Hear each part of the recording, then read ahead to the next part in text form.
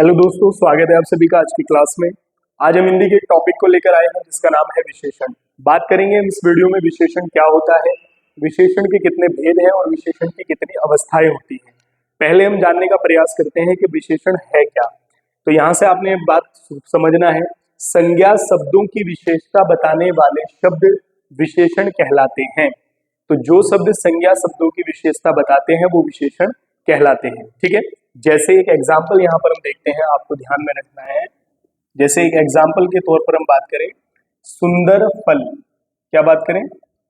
सुंदर फल। ठीक है, तो यहाँ पर अगर आप इसको देखेंगे सुंदर फल, तो यहाँ पर फल जो है वो संज्ञा है। क्या है? संज्ञा है। अब इसमें कौन सी संज्ञा है वो तो बात अलग है, हमने आपको पढ़ाई थी संज्ञा।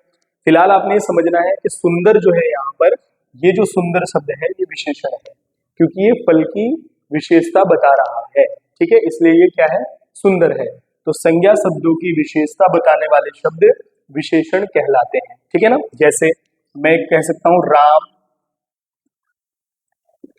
अच्छा है, ये आप ध्यान रखेंगे यहाँ से। ठीक है ना, तो जैसे यहाँ पर अच्छा जो है वो क्या है? विशेषण है, क्योंकि राम के बारे में ये कहा गया है कि राम अच्छा है।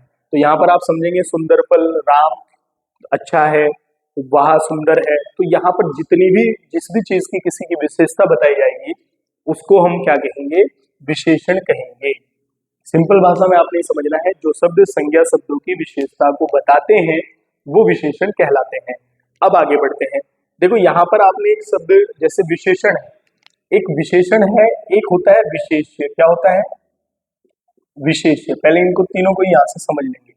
और एक होता है प्रविशेषण। क्या होता है? प्रविशेषण। ठीक है, यहां से तीनों शब्दों को समझना है। विशेषण वो है जो संज्ञा शब्दों की विशेषता बता रहे हैं, विशेषण है। यहाँ पर आपने विशेष्य समझना है, तो विशेष्य होता है जिसकी विशेषता बताई जा रही है। ठीक है, जैसे मैंने आपसे यहाँ पर कहा है राम अच्छा है, तो यहाँ पर जो अच्छा हो गया वो तो हो गया आपका विशेषण।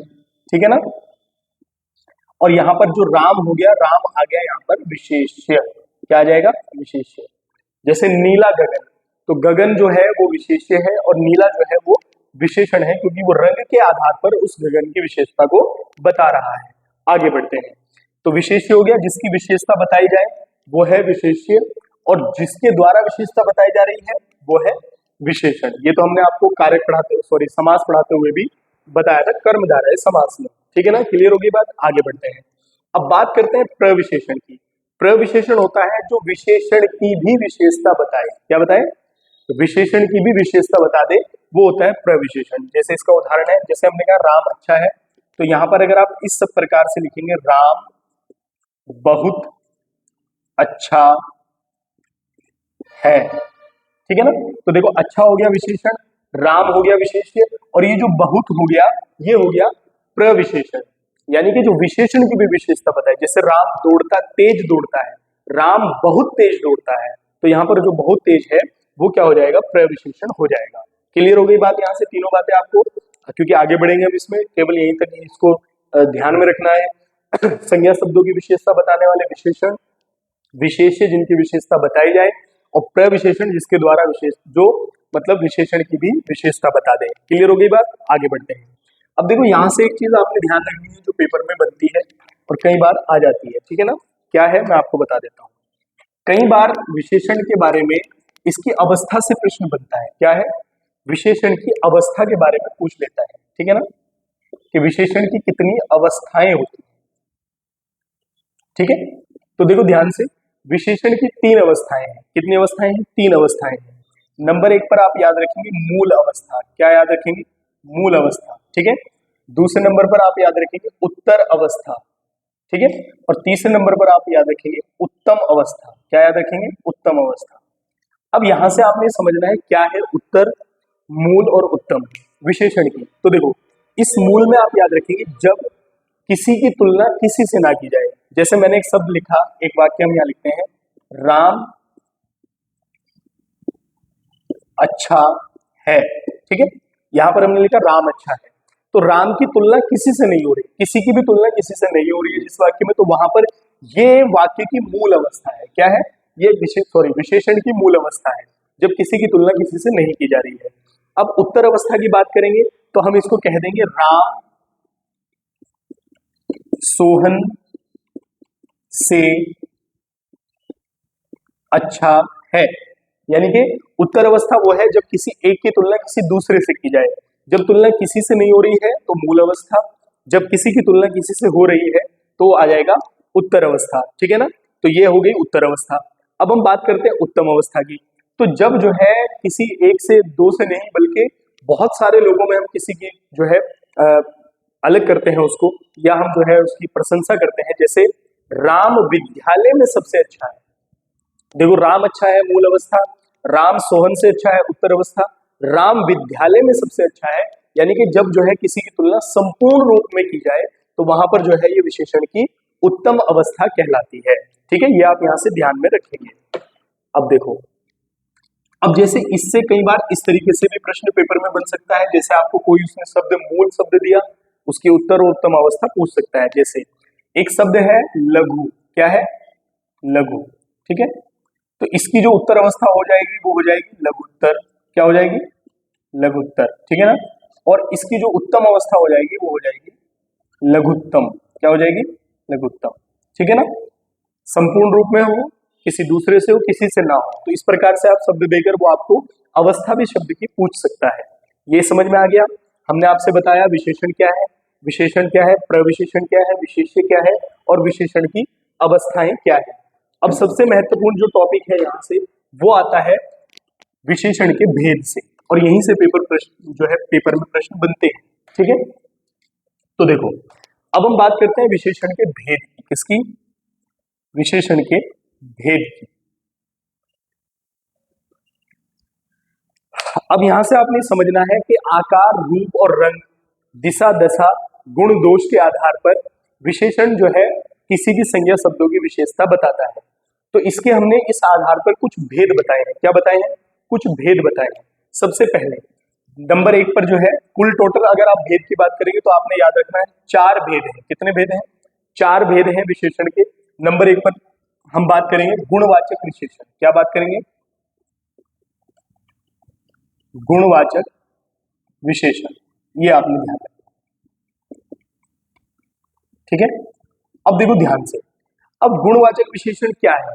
गुणवाचक विशेषण वो है जो विशेषण संज्ञा शब्दों के गुण, दोष, आकार, प्रकार, दिशा, स्वाद, गंध का बताता है, उसकी क्वालिटी की बात करता है, गुण की बात करता है। तो वहां पर कौन सा विशेषण होगा? गुणवाचक विशेषण होगा। परिभाषा लिखने की आवश्यकता नहीं, उदाहरण से आपको समझ में आ जाएगा। लिखना चाहे तो लिख भी सकते हैं, मैं रिपीट कर दूंगा, ठीक है ना। तो देखो गुणवाचक विशेषण में जैसे मैं अगर इसका उदाहरण करने की बात करूं तो आपने ध्यान रखना है। एक उदाहरण हम इसका देखते हैं। जैसे एक उदाहरण है बगीचे में सुंदर फूल है, ये आपने ध्यान रखना है। तो यहां पर एक चीज ध्यान देंगे, सुंदर फूल है या जो है मीठे फल है बगीचे में, इस तरीके से भी आप लगा सकते हैं। तो यहाँ पर विशेषता जो है उसकी खूबसूरती से बताई जा रही है, रंग रूप से बताई जा रही है, इसीलिए जो है उसका गुण बताया जा रहा है। तो इसलिए इसमें कौन सा विशेषण होगा? इसमें जो है गुणवाचक विशेषण होगा। एक अलग चीज भी देख लेते हैं। जैसे एक वाक्य है अध्यापक का दुबला शरीर है। दुबला शरीर है, ये आप ध्यान रखेंगे। तो यहां पर देखो एक जो है आकार की बात की गई है। किसकी बात की गई है? आकार की बात की गई है। तो यहां पर जो है गुण बताया गया है उसका। मैंने कहा ना आकार, प्रकार, रूप, रंग, दिशा, दशा, स्वाद, गंध, इन सब का पता बताने वाला विशेषण जो है गुणवाचक विशेषण कहलाता है। समझ में आ गई बात? आगे बढ़ते हैं। और भी उदाहरण आप इसके बुक से कर सकते हैं, फिलहाल इतने पर ही आप समझने का प्रयास करेंगे। या जैसे आप एक इस उदाहरण और देख सकते हैं, अभिषेक का कमरा गोल है, अभिषेक की जो है लाइट गोल है। इस प्रकार से उसके आकार प्रकार की बात करें तो वहां पर भी गुणवाचक विशेषण होगा। आगे बढ़ते हैं। अब दूसरा विशेषण देखते हैं, दूसरा भेद इसका। पहले नंबर पर हमने बात की गुणवाचक की, दूसरे पर आप बात करेंगे परिमाणवाचक। क्या है? ठीक है, देखो ध्यान से, जो संज्ञा शब्दों की परिमाणवाचक क्या है? जो संज्ञा इस विशेषण जो विशेषण जो है संज्ञा शब्दों की माप तोल का पता बताता है। किसका?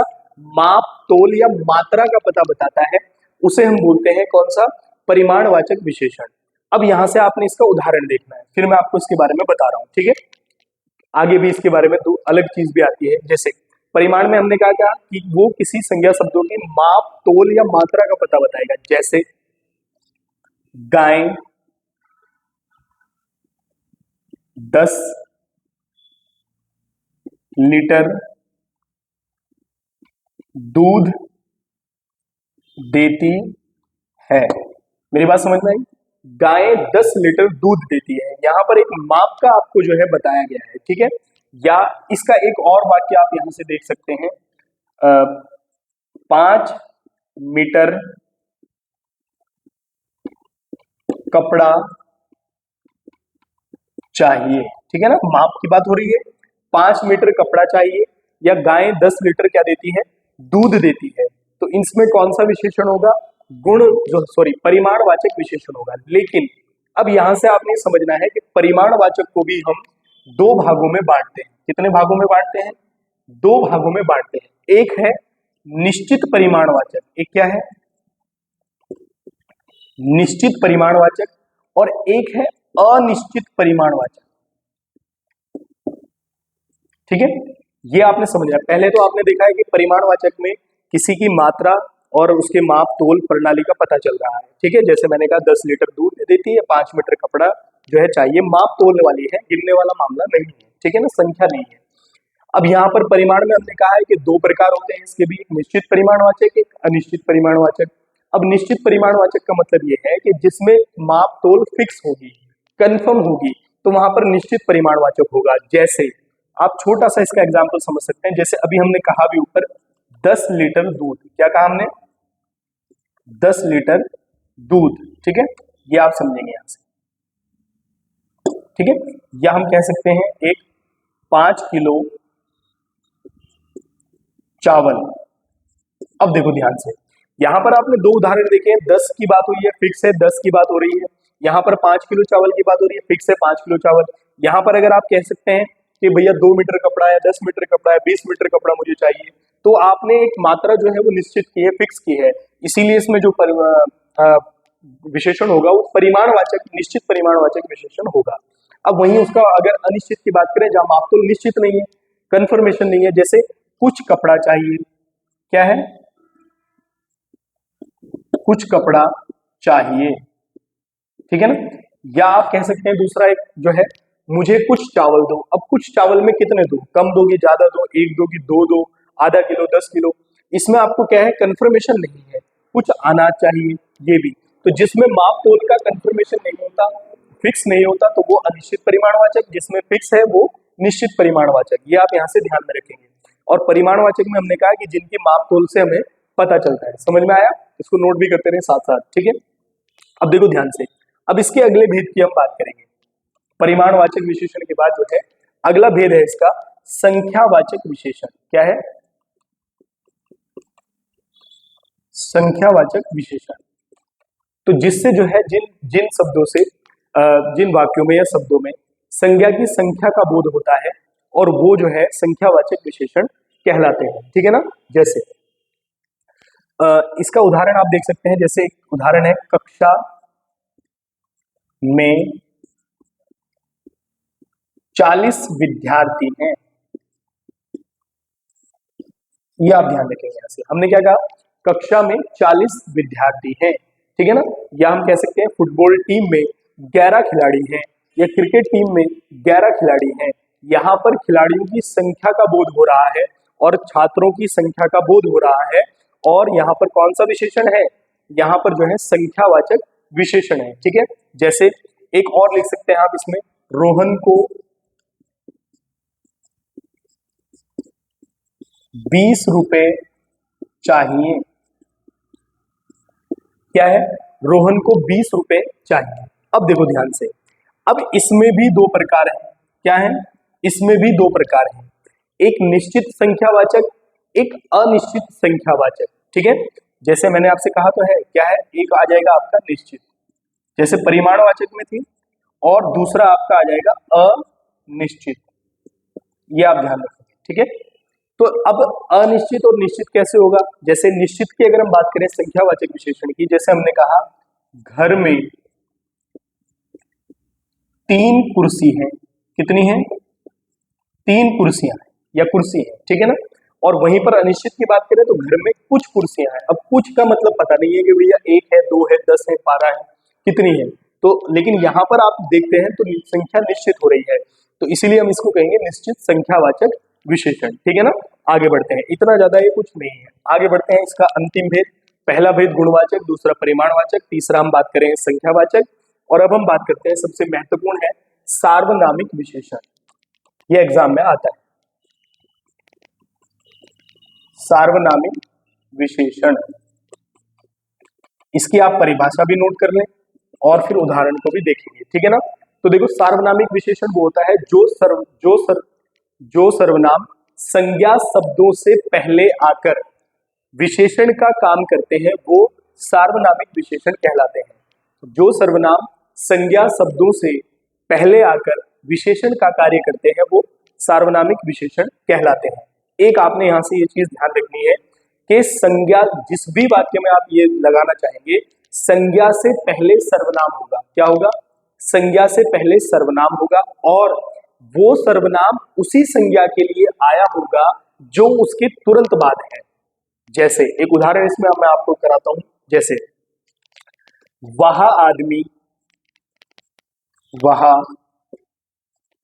आदमी व्यवहार से अच्छा है।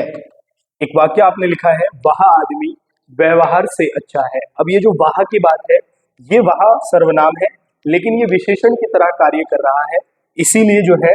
और देखो यहाँ पर आदमी की बात करें तो आदमी संज्ञा है और उससे पहले सर्वनाम आया है जो कि विशेषण की तरह कार्य कर रहा है, इसलिए इसमें जो है कौन सा होगा? सार्वनामिक विशेषण होगा। ये आप यहाँ से ध्यान रखेंगे, ठीक है ना। जैसे ये पुस्तकें पुरानी हो चुकी है, तो ये जो है सर्वनाम पुस्तकों के लिए आया है, इसीलिए इसमें सार्वनामिक विशेषण होगा। ये आपको समझ में आ गया है। हमने आज बात की थी विशेषण की और उसके भेद की, विशेषण की अवस्था की, प्रविशेषण और विशेष्य क्या होता है। तो इन सबको एक बार आप देख लें। मिलते हैं नए टॉपिक में हिंदी के और नई चीजों को लेकर, तब तक के लिए धन्यवाद।